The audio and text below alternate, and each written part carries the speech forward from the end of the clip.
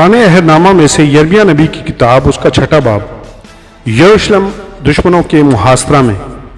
ऐ बनी बनियामीन, यरूशलेम में से पनाह के लिए भाग निकलो और तकवा में नरसिंगा फूंको और बैत हकरम में आचकीन इलम बुलंद करो, क्योंकि शिमाल की तरफ से बला और बड़ी तबाही आने वाली है।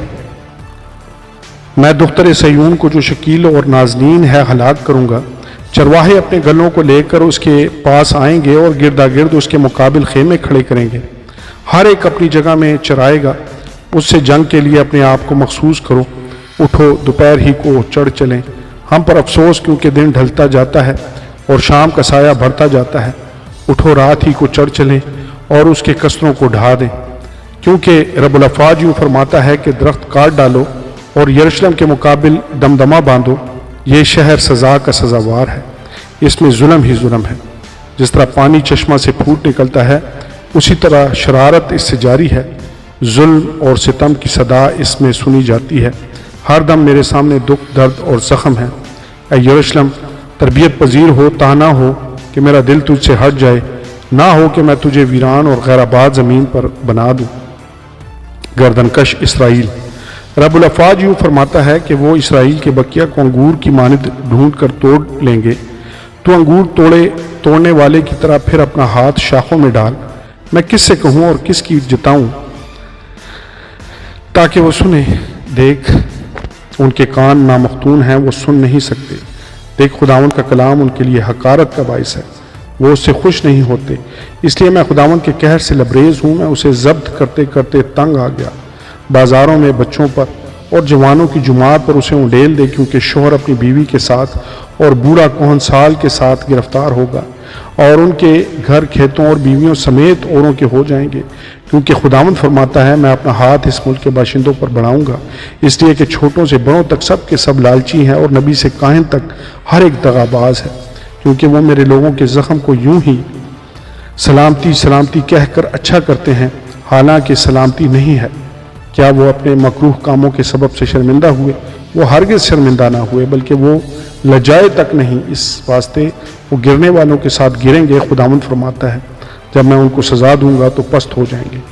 बनी इसराइल खुदावंद की राह को रद्द करते हैं।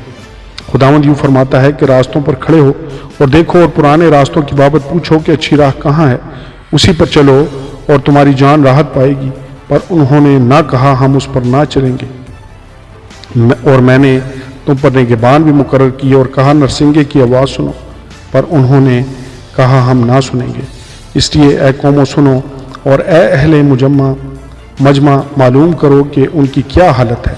ए ज़मीन सुन, देख, मैं इन लोगों पर आफत लाऊंगा जो इनके अंदेशों का फल है, क्योंकि उन्होंने मेरे कलाम को नहीं माना और मेरी शरीयत को रद्द कर दिया है। इससे क्या फ़ायदा कि सबा से लवान और दूर के मुल्क से अगर मेरे हजूर लाते हैं। तुम्हारी सोख्ती कुर्बानियाँ मुझे पसंद नहीं और तुम्हारे ज़बीहों से मुझे खुशी नहीं। इसीलिए खुदावंद यूँ फरमाता है कि देख, मैं ठोकर खिलाने वाली चीज़ें इन लोगों की राह में रख दूंगा और बाप और बेटे बाहम उनसे ठोकर खाएंगे। हमसाए और उनके दोस्त हलाक होंगे। शिमाल की तरफ से यलगार, खुदावंद यूँ फरमाता है कि देख, शिमाली मुल्क से एक ग्रोह आती है और इंतहाई ज़मीन से एक बड़ी कौम बरंगेख्ता की जाएगी। वो तीरंदाज, वो नेज़ाबाज हैं, वो संगदिल और बेरहम हैं। उनके नारों की सज़ा समंदर की सी है और वो घोड़ों पर सवार हैं। ऐ दुख्तर सयून, वो जंगी मर्दों की मानद तेरे मुकाबिल सफराई करते हैं। हमने इसकी शोहरत सुनी है, हमारे हाथ ढीले हो गए। हम जच्चा की मानद मुसीबत और दर्द में गिरफ्तार हैं। मैदान में ना निकलना और सड़क पर ना जाना, क्योंकि हर तरफ दुश्मन की तलवार का खौफ है।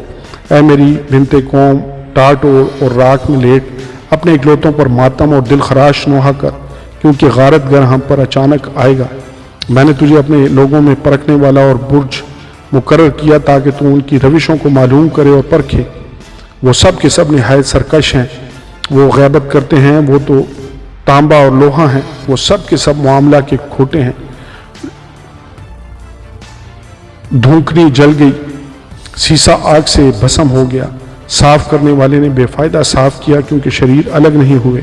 वो मुर्दा चांदी कहलाएंगे, क्योंकि खुदावंद ने उनको रद्द कर दिया है। आमीन और आमीन।